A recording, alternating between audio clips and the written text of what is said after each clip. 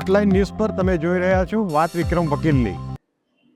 નમસ્કાર, હું છું વિક્રમ વકીલ અને આપ જોઈ રહ્યા છો હોટલાઇન ન્યૂઝ.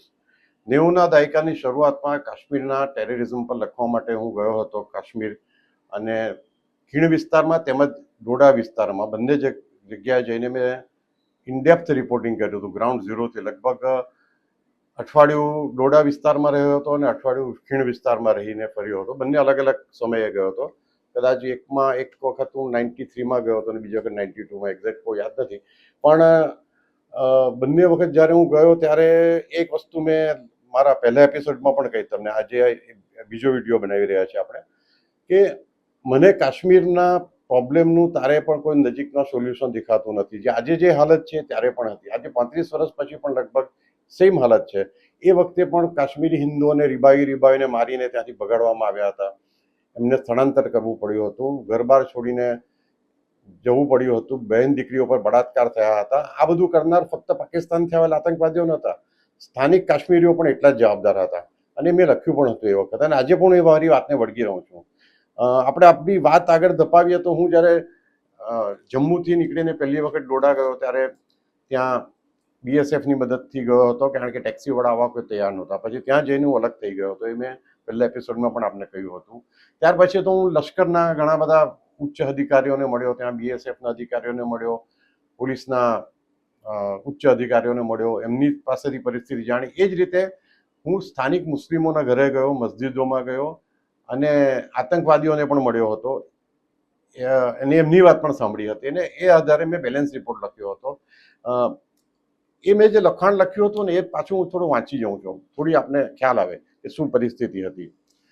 જમ્મુથી આશરે 250 કિલોમીટર દૂર ડોડા જિલ્લામાં ભદ્રવાહ નામનું અતિ રમણીય ગામ છે. ખૂબ જ સુંદર ગામ છે. એટલે નેચરલ બ્યુટી અને ખોબે ખોબા ભરીને મળી છે. હું ગયો તો એ વર્ષના જૂન મહિનાની 6મી તારીખે ભદ્રવાહ ગામના યુવાન હિન્દુ નેતા રુચિર કુમાર અને એમના પત્ની દર્શના દેવી સાથે પોતાના મકાનની બહારના ભાગમાં આવેલા ખેતરમાં રોપણીનું કામ કરતા હતા. સમય હતો સવારના લગભગ 7 વાગ્યાનો. દર્શના દેવીએ દૂરથી એક યુવાનને શાલ ઓઢીને એમની તરફ આવતો જોયો. રુચિર કુમાર રોપણીના કામમાં મશગુલ હતા. એકાએક એ યુવાન નજીક આવી ગયો અને એણે શાલ ફંગોળી દઈને છુપાવી રાખેલી AK-47 રાઇફલમાંથી રુચિર કુમાર પર ધડાધડ ગોળીઓ છોડવા માંડી. આ જે બેન છે જેમના મેં ઇન્ટરવ્યુ કરતો દર્શના દેવીનો, એમનો ફોટોગ્રાફ પણ આપણે પહેલા એપિસોડમાં જોયો હતો. એ તમારે જો કોઈને જોવાનો રહી ગયો તો નીચે ડિસ્ક્રિપ્શનમાં જઈને એની લિંક આપી છે, એમાં આપણે જોઈ શકો છો. 28 થી 30 જેટલી ગોળીઓ રુચિર કુમારના શરીરમાં ધરબી દઈને AK-47 રાઇફલ ખભે રાખીને ટહેલતો એ ચાલ્યો ગયો. 28 વર્ષના રુચિર કુમારનો ગુનો એ હતો કે હિન્દુ નેતા હતા. રુચિર કુમારની હત્યા હિઝબુલ મુજાહિદ્દીન અલ બર્ક અલ જહાદ હરકત ઉલ મુજાહિદ્દીન જેવા મુસ્લિમ ત્રાસવાદી સંગઠનોમાંથી કોઈ પણ સંગઠને કરી હોઈ શકે છે. રુચિર કુમારની હત્યા થઈ એના 6 દિવસ પહેલા ભદ્રવાહમાં ભાજપના નેતા સ્વામીરાજ કાટલને ઉપયુક્ત કોઈ સંગઠનના ત્રાસવાદીઓએ ઠાર માર્યા હતા. સ્વામીરાજ કાટલ પર અગાઉ પણ ખૂની હુમલા થયા હતા, જેમાંથી તેઓ બચી ગયા હતા, પરંતુ એમના બોડીગાર્ડનું મૃત્યુ થયું હતું. સ્વામીરાજની હત્યા થઈ એના આગલા દિવસે જ એમણે માર્યા ગયેલા હિન્દુ ભાજપના નેતાઓનું લિસ્ટ તૈયાર કર્યું હતું અને દેશપ્રેમથી ભરપૂર એક કવિતા ઉર્દુમાં લખી હતી. તેમને ક્યાં ખબર હતી કે મૃતકોના લિસ્ટમાં બીજે દિવસે એમનું નામ પણ ઉમેરવાનું છે. જૂન મહિનાની 26 તારીખે જમ્મુથી આશરે 220 કિલોમીટર દૂર આવેલા ડોડા ગામના મુખ્ય બસ સ્ટેન્ડ નજીકથી સુરક્ષા દળની એક જીપ પસાર થતી હતી.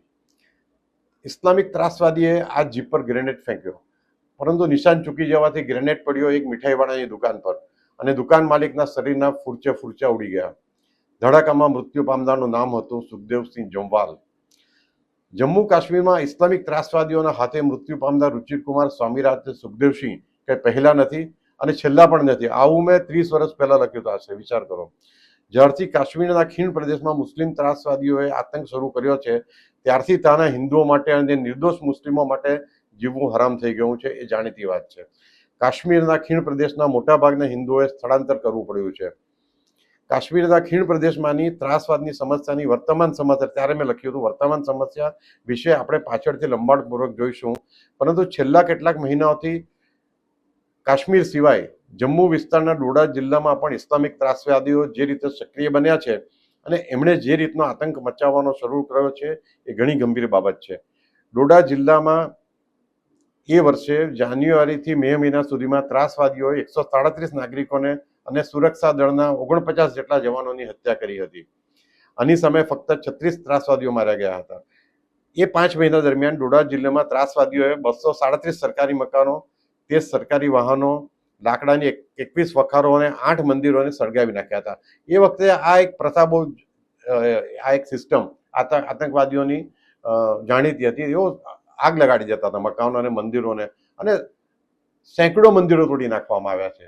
સેક્યુલર મીડિયા એવું લખતું હતું કે ભાઈ 2-3 મંદિર તૂટ્યા છે. એકદમ જૂઠી વાત હતી. મેં નજરે જઈને જોયું છે કે લગભગ 250 થી 300 મંદિરો જે ખંડેર બનાવી દેવામાં આવ્યા હતા. એટલે આપણે પાછા વાત પર આવીએ, મૂળ વાત પર પાછા આવીએ તો હમણાં જે પહેલગામમાં હુમલો થયો ત્યારે એક ઇન્વેસ્ટિગેટિવ રિપોર્ટરે એવું શોધી કાઢ્યું કે કાશ્મીરના પોલીસો પણ આ હુમલાની સાથે ઇન્વોલ્વ હતા. આમાં નવી વાત નથી. એ વખતે હું ગયો હતો ત્યારે પણ મેં જોયું હતું કે સ્થાનિક કાશ્મીરી પોલીસ પર એના પોલીસના ઉપરી અધિકારીઓને પણ વિશ્વાસ નહોતો. એમના પર પણ વોચ રાખવી પડ્યો હતો. અને ઘણા કાશ્મીરી પોલીસ દળ છોડીને ભાગી જતા હતા. સરહદને પહેલે પાર જઈને બંદૂક લઈને પછી આતંકવાદી બનીને આવતા હતા. એવાના ફેમિલી મેમ્બર્સનો પણ ઇન્ટરવ્યૂ કર્યા હતા. જો કે એ લોકો નેચરલી એમના કુટુંબના સભ્યનું કે એમના દીકરો કે ભાઈઓ એનો બચાવ કરતા હતા કે એમને ભારતના આર્મીના ખૂબ ત્રાસને લીધે એ લોકો કંટાળીને આતંકવાદી બની ગયા છે. એકદમ વાહિયાત બહાનું હતું અને હજુ પણ કદાચ એ રીતના બહાનાબાજી થતી હશે. અચ્છા, બીજી એક નવાઈની વાત એવી છે કે હું જ્યારે પોલીસ અધિકારીઓને કેટલાકને મળ્યો ત્યાર પછી મેં એમને એડ્રેસ પૂછવા કે જે સ્થળ હું જવાનો હતો એ વિશે માહિતી પૂછી. તો હું જ્યારે ત્યાં જતો હતો ત્યારે જે વ્યક્તિને મળ્યો એને ખબર હતી કે હવે હું પછી કોને મળવા જવાનો છું.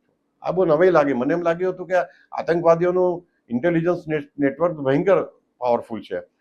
આપણા કદાચ ઇન્ટેલિજન્સ નેટવર્ક કરતાં પણ પાવરફુલ છે. એનું કારણ હતું કે લોકલ સ્થાનિક લોકો જે હતા તે એમની સાથે ભળેલા હતા અને એને કારણે આ શક્ય થતું હતું. જો આ સ્થાનિક લોકોને ટેકો નહીં હોય તો આ શક્ય નહીં થતે. અને ત્યાર પછી હું જે ફર્યો આખા ભદ્રવા, કિશ્તવાડ, ડોડાના બીજા ગામડાઓમાં કે બધું, ત્યારે મેં જે કંઈ જોયું એ આપણે હવે પછીના એપિસોડમાં જોઈશું. Thank you. આવા પ્રકારના વિડીયો તમને જોવા ગમતા હોય તો હોટલાઇન ન્યૂઝ ચેનલને લાઇક, શેર અને સબસ્ક્રાઇબ કરો.